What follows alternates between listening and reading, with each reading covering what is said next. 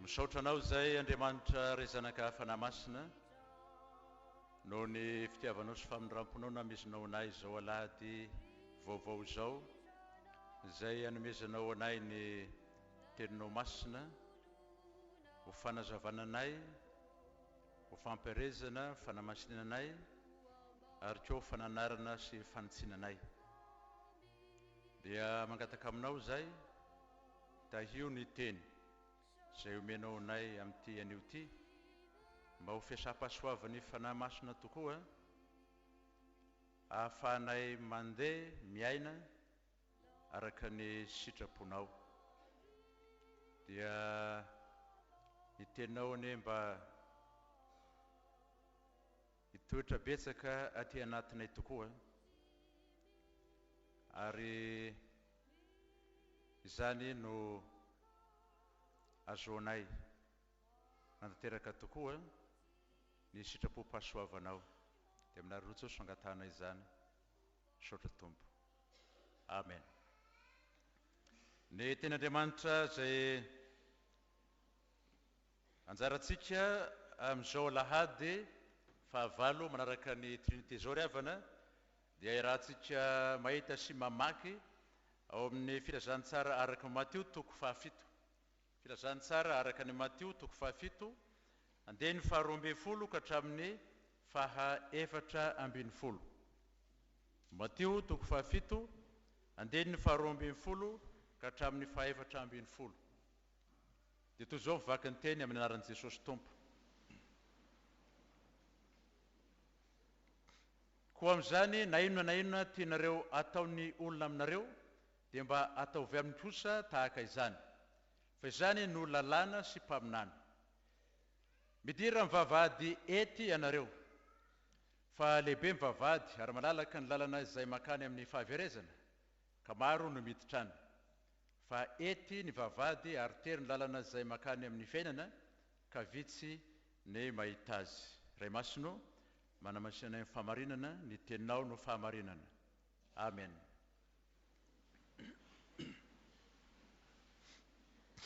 Re fiangonana malala ho aminareo ny fahasoavana sy fiadanana avy amin'Andriamanitra raintsika sy Jesosy Kristy Tompo. Raha mitodika kely ny teksta tamin'ny heriny sika ry havana dia ny fampitandremana momba ny fampianaran-diso ny fariseo sy ny sadiseo mba amin'ny fiatsaram-belatsian'izy ireo no nametrahan'i Jesosy hafatra ho antsika. Anio kosa dia tondro zotra mpiainana roa izay samy sarobidy tokoa no atolotry Jesosy antsika. Tondro zotra mpiainana roa sarobidy izay no atolotry Jesosy ho antsika amin'ity anio ity. Ka ny voalohany dia ny hoe na inona tianareo ataon'ny olona aminareo dia mba ataovy aminy tahaka izany. Ny faharoa kosa dia ny amin'ny vavahady ety makany amin'ny fiainana sy ny vavahady malalaka makany amin'ny fahaverezana. Na inona tianareo ataon'ny olona aminareo dia mba ataovy amin'ny koa tahaka izany. Fitsipika volamenan'i Jesosy no ilazana an'io tondro zotra-piainana voalohany tsy manatsahala io ry havana. Tsy zava-baovao vao noforon'i Jesosy io tsy akory fa efa fantatra sy ny ainan'ny olona hatramin'ny fahagola ary azo ambara ho efa zary fitsipim-piainana universaly na principe universel mihitsy aza satria ny olon-kendry ny firenena samihafa anatin'izany ny rabi-jiosy tranainy, ny filozofa grika, ny romana tranainy koa ary hatramin'ny Confucius, filozofa sinoa etc no efa nampianatra azy io talohan'i Jesosy. Ny mampiavaka ity an'i Jesosy ity nefa dia no izy nataony amin'ny endrika manaitra na amin'ny forme affirmative, fa ny an'ny rabojiosy sy ny olokendry jentilisa talohany kosa dia natao tamin'ny endrika mandahy na forme négatif, hoe na inona na inona tsy tian'ny olona, tsy tianao ataon'ny olona aminao dia azo atao aminy. Zay ny an'izao tontolo izao. Ny Jesosy kosa hoe na inona na inona tianao ataon'ny olona aminao dia ataovy aminy aloha, na mba ataovy tahaka izany aminy. Izay no mafitsipika volamena azy. Miariary amin'ny endrika mandahy izay ampiasan'ny zao tontolo izao sy ny jiosy an'ity fitsipika ity, fa nampiasaina sy nokendrena hiarovatena amin'izay raha tsy mety ataon'ny hafa amin'ny tena fotsiny ihany, ilay tondrozotram-piainana nampiasaina ho fiarovatena. Vokatr'izany dia tsy hita taratra amin'ny fampiarana azy ny famporisiana ny olona hanao izay soa sy ny tsara ary izay marina sy rariny amin'ny hafa. Ity fitsipika volamena Jesosy amin'ny endrika manaiky ity kosa nefa dia mampiariary ny fitakiany antsika mino azy hanao ny soa sy marina amin'ny olona tsy akanavaka. Na iza mantsy isika no antaniana ny amin'izay tiantsika hataon'ny olona amintsika dia azo antoka fa tsy isy na iray aza haniry hasian-dratsy, fa ny mba hasian-tsoa sy hanaovana izay marina mandrakariva, ary koa hanaovana izay rarina. Koa raha izany tokoa no tiantsika ataon'ny hafa amintsika dia didiny Jesosy amin'ity fitsipika volamenany ity isika mba hanome modely ka hanao izany mialoha amin'ny hafa. Ny antony dia satria fomba mahazatra ny olombelona ny mamaly arak'izay natao taminy, ka raha hanasian-dratsy izy dia mailaka mamaly ratsy, ary raha asian-tsoa izy dia mba mahatsiaro mamaly soa. Koa dia io fifamaliana soa io indrindra no kendren'i Jesosy amin'ity fitsipika volamenany ity, satria raha io no manjaka dia foana ho azy amin'ny fiarahamonitsika sy ny fipetrarantsika amin'ny hafa ny herin'ny ratsy, tapaka ho azy ny herin'ny ratsy. Ho teterakitsika ihany koa didi-pitiavan'i Jesosy sady ho lavitra antsika ny fakapanahany jiosy sy ny jentilisa izay niahiahy mandrakariva ny hafa hanisy ratsy azy, ka nahatonga azy ireo nandrafitra ity tondrozotram-piainany ity amin'ny endrika mandahy, hoe aza mba manao zay tsy tianao ataon'ny olona aminao, fa soa sy ny ratsy koa anao, mba ho fiarovateny izany. Dia izay ny ankapobeny momba ity fitsipika volamena Jesosy ity, izay anafarany hoe na inona tianareo ataon'ny olona aminareo dia mba ataovy aminy kosa izany na ataovy aminy aloha izany. Ny mampirailo dia toa sarotra sy mafy amintsika kristianina manateraka azy ity araka ny sitrapon'i Jesosy. Ny antony dia satria fitsipika volamena mitaky fo volamena hoety manantanteraka azy ity, fa tsy misy fomba loto afaka hanantanteraka ity fitsipika volamena ity. Ary tsino zany fo volamena zany fa fo tahaka ny an'Andriamanitra ray sy Jesosy Kristy Tompo, izay anjakan'ny fitiavana sy ny famindram-po, ka tsy mizatavan'olona amin'ny fanaovana soa, sady tsy mikendry afa-tsy ny hanao soa sy hanao izay marina sy mahitsy amin'ny olon-drehetra. zany no fovolamena. Zany no matateraka ny hoe zay tianao ataon'ny olona aminao dia ataovy aminy aloha. Ahoana ary na roantsika izany fovolamena izany? Tsy misy afa-tsy amin'ny alalan'ny famelantsika an' Jesosy hanjaka sy hanapaka feno ao am-potsika, ary koa ny famelantsika ny fanamasina hiasa mahery hanovantsika ho olom-baovao marina ao amin'izy Jesosy Kristy. Rehefa Jesosy no velona sy manjaka ao anatintsika sady antony ahavelomantsika, dia ny fo ny feno fitiavana no mitepo ao am-potsika, ary ny heviny sy ny sitrapony feno antra no tonga hevitsika sy sitrapontsika. Dia ho haitsika mora foana ny manateraka ity fitsipika volamenany ity, ka tsy hanao izay mampalahelo azy intsony amin'ny fandikana azy ity isika. Ho tanterantsika koa ny sitrapon'Andriamanitra satria lazain'i Jesosy eto fa ity fitsipika volamenany ity no fahatantarany lalàna sy mipaminany izay fitambaran'ny sitrapon'Andriamanitra ao amin'ny soratra masina. Ny tondrotram-piainana faharoa tolotra Jesosy atsika araka ny efa nambara teo dia ny hoe midira amin'ny vavahady ety ianareo, fa lehibe ny vavahady ary malalaka ny lalana mahakamy fahaverezana ka maro miditra any, fa ety kosa ny vavahady ary tery ny lalana mahakamy fiainana ka vitsy no mahita azy. Araka ny voalazan'ireo mpanao fiteny liberaly manana sy manaraka fotom-pisaina malalaka, dia tondrozotra nanomezan Jesosy safidiny kristianina io mba handehany amin'izay teny na ao amin'ny lalan'ny fiainana na ao amin'ny lalan'ny fahaverezana.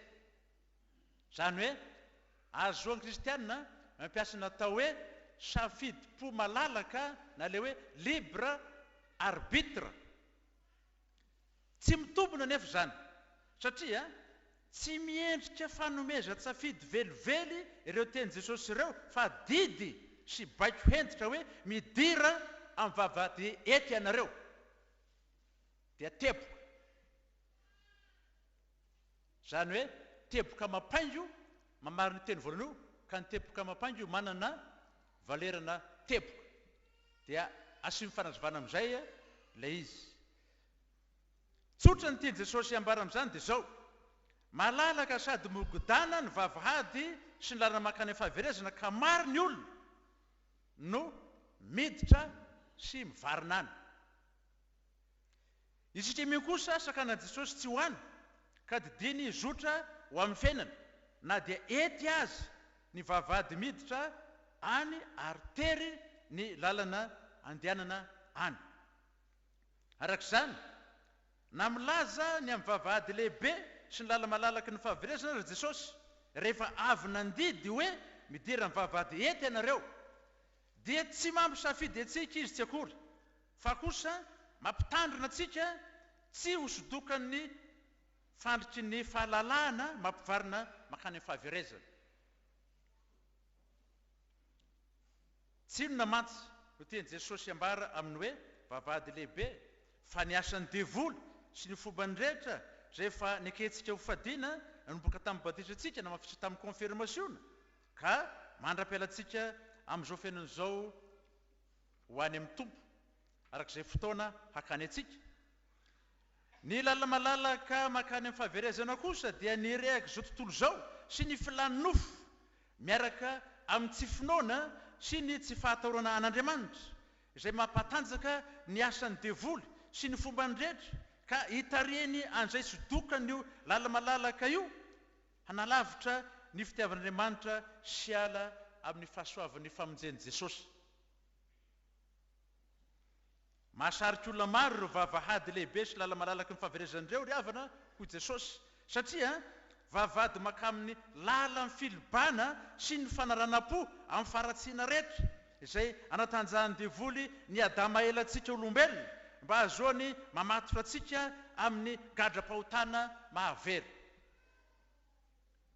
Mifanohitra amin'izany kosa dia ety sy tery vavahady sy ny lalan'ny fiainana izay asain'i Jesosy hidirantsika sy hizorantsika. tsy iza fa ny tenan'izy Jesosy no tondroiny amin'io vavahady ety fidirana ho amin'ny fiainan'io. Hoy ny teniny milaza izany amin'ny Jona 4:7 hoe izao ny vavahady, raha izany ho idiran'ny olona dia vonjeny izy ka hiditra sy voaka sady hahazo hoanina, na hoe hahazo fiainana. Tery zany Jesosy lehibe dia lehibe, zanak'Andriamanitra, mpanjakan'ny lanitra, fa ny mahavavahady azy tery, satria zao tsy maintsy izy irery no idirana raha ty hazo fiainana, fa tsy misy hafa koatra azy, zay matery azy. Tsy anana-tsafidy io raha ty hazo fiainana, tsy maintsy eo. Ny tenany ihany koa no tondroin'i Jesosy ho lalana makany amin'ny fiainana, araka ny teny amin'ny Jona 4:5 hoe izao no lalana sy fiainana ary famarinana, ka tsy misy olona makany amin'ray afa-tsy amin'ny alalako. Ety sy tery ny vavahady sy ny lalana maka amin'ny fiainana hoy Jesosy.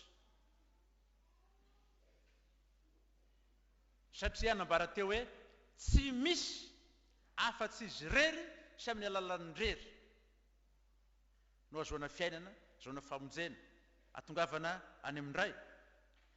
No zany tsy lehibe sy tsy malalaka, zany hoe tsy ananana fahalalana iriba amin'izay tiana hatao, handehana araka ny nofo, fa tsy maintsy izorana amin'ny sitrapon'Andriamanitra sy ny fahasavan'i Jesosy irery ihany. Ary atin'izany betsaka ny zavatra iretana, betsaka ny zavatra tsy maintsy afoy, betsaka fanatretena ilaina, fandavatena, etsetretsetra, izay ny matery azy. Ary zany no mahatonga antsika tsy mahay miditra loatra, satria le fiainana maha-olombelona manofo matetika matanjaka ao amintsika raha angitiny devoly, dia sady foana te aina amin'ilay malalaka,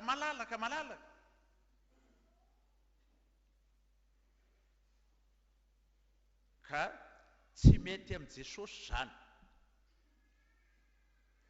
Izy zay mpanjaka ny lanitra, zanak'Andriamanitra hatramin'ny torohitra mandrakizay, nanaiky ho tonga tery, ho tonga kely, nanafoana ny maizy azy, natahota mihitsy,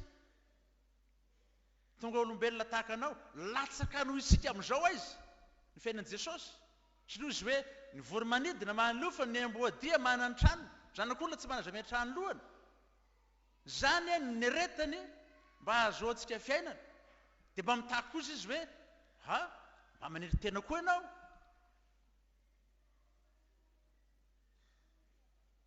mba mahavoy ny zavatra rehetra zay tsy araka sitrapon'Andriamanitra ankoa ianao, azo le fiainana izay nahatonga avy teto tany nomena anao. Zay mahatonga antsika mihero hoe Jesosy mora filirana, mba iriko no toanao, fa ataontsika ve zany ny fiainana andavanandro?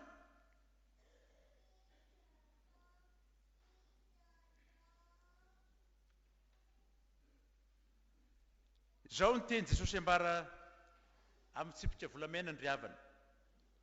Ety ny vavahady ny fiainana, satria tsy azo idirana afa-tsy amin'ny alalan'ny finoana sy mifatokiana azy Jesosy irery ihany, tahaka ny finoana sy fatokian'i Abrahama an Jehova, izay napetraka Paoly ho filamatra na filamatry ny finoana tamin'ny Romanina teo.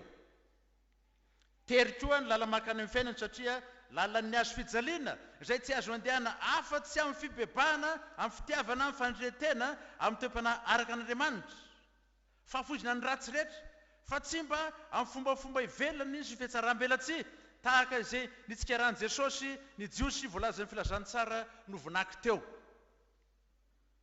No zany izay tsy manana Jesosy marina sy tsy mahafoy ny forongom-pahotana amam-paratsiana na efa kristianina ara-dalàna azy, dia tsy tafiditra amin'io vavahady ety io sy tsy mandeha amin'ny lalan'ny fiainana, fa lasa kristianina ara-pomba sy endrika velany fotsiny, na hoe kristianina formalista, ka maty anto ho very an-dalana. arak'izany dia etsy sy tery tokoa vavahady sy ny lalan'ny fiainana ka vitsy ny olona miditra sy mandeha aminy fa aleony maro misesika amin'ny vavahady be ny fahotana sy manao rally amin'ny lala malalaka ny fahaverezana